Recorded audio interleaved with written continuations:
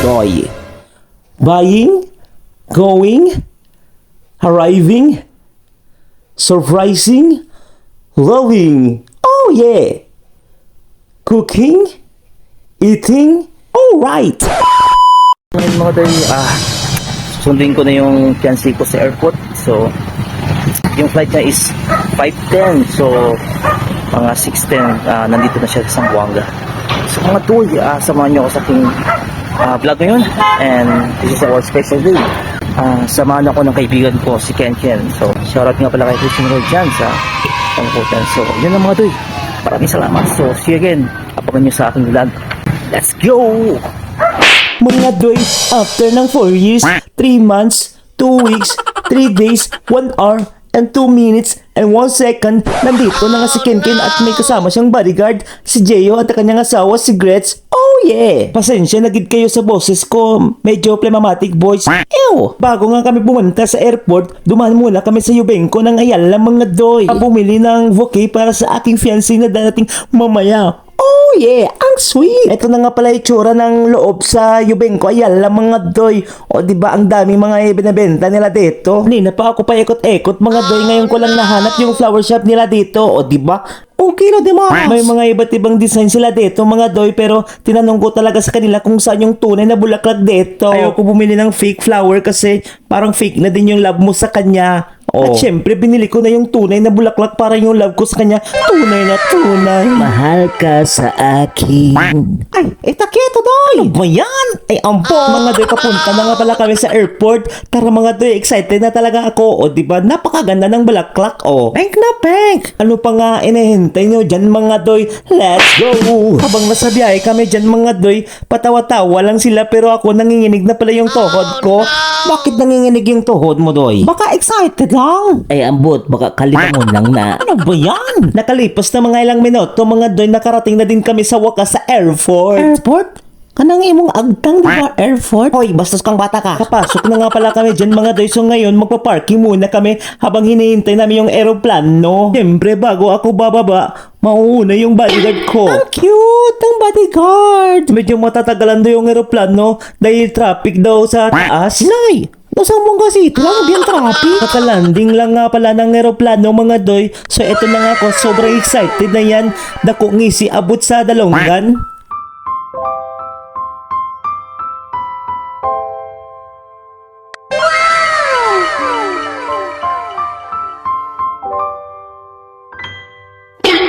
Jackpot! Oy, bastos kayo ka ha? True love na, dili na jackpot. Ikaw na. What is up mga doy? So nagkita na kami ng aking fiancé again and again after 2 years. So thank you so much. Thanks God. Ano sa inyo love? Thank you. Thank you lang. Alright. So see you again. So pauwi na kami guys. Lagi. Pauwi na kami guys. So bye. See you later sa balay.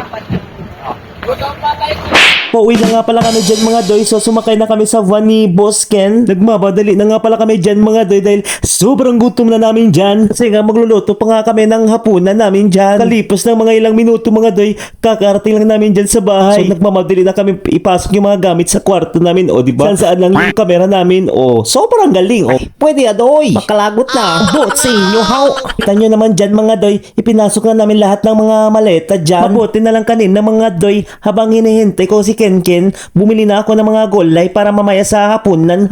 Papakita ko sa inyo mga doy. Ito nga pala yung mga sangkap na lulutuin namin ng sinigang at saka adobo. Alright, yun na nga mga doy. So may assistant chef ako dito. So sobrang ganda niya. Tignan nyo, o diba? Nayan naman. Mga na ginaingon nila, love is blind. Bulak na pag-ibig. Ay, ang bot sa inyo. Abalik tayo mga doy ha. So nakikita nyo naman, napakabilis na mag-slice-slice ng mga golay-golay. O diba? Inihiwa-hiwa nyo yung talong, sitaw at kangkong mga doy para sa sinigang naming mamaya. Alright! At syempre love niya ako, love ko rin siya, tinulungan niya ako magluto. O diba? Bang busy siya dyan sa harapan ko mga doy, ako naman dyan sa likod. sunod, naghiwa-hiwa ako mga sangkap para sa adobo namin dyan. Napakaswerte ko talaga mga doy dahil nakahanap ako ng partner na marunong magluto. Bonus na lang gid ang gwapa at sexy. Ang importante ay committed kay God. Hindi talaga biro ang long distance relationship mga doy dahil sobrang mahirap yung oras yung dalawa. Dahil sacrifice lahat yun mga doy na kaya namin dahil sa pagtitiwala namin sa isa't isa.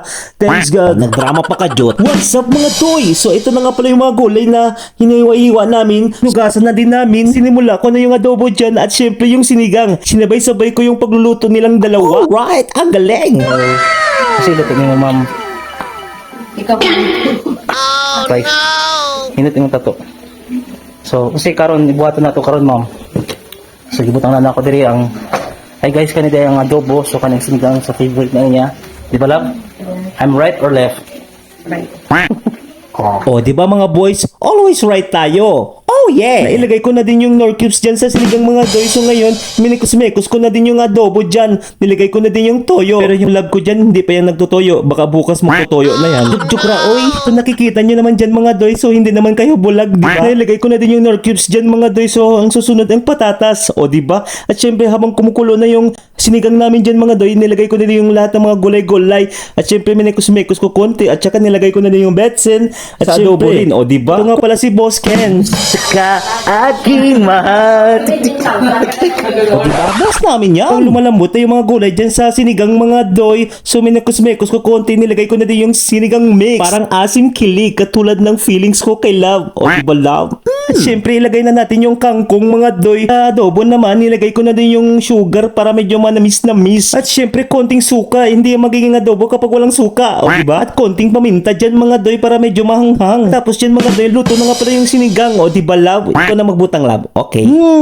Sobrang bango-bango talaga mga doy. Nakakagutom na talaga how. So ano pa nga hinintay nyo dyan mga doy? Hindi na ba ang kanin sa Jollibee? Yes mga doy. Luto na din yung adobo namin.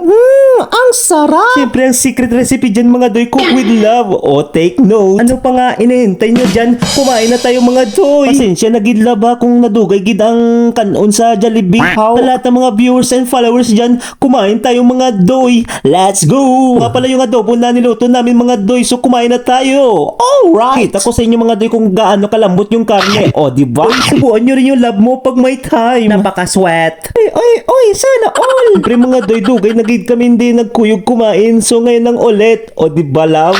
Okay na, Doy. Walay problema. Nakita nyo naman dyan mga doy, iisa lang yung plato namin kasi ganito talaga kami kumakain kapag kumain. Ano ba yan? Ay, ang request talaga ng love ko na lutuin ko daw siya ng sinigang at syempre adobo na fork. So kaya, your wish is my command. Grabe yan. Kahit sa baso, iisa yung gagamitin. Grabe. Ingat ka lang!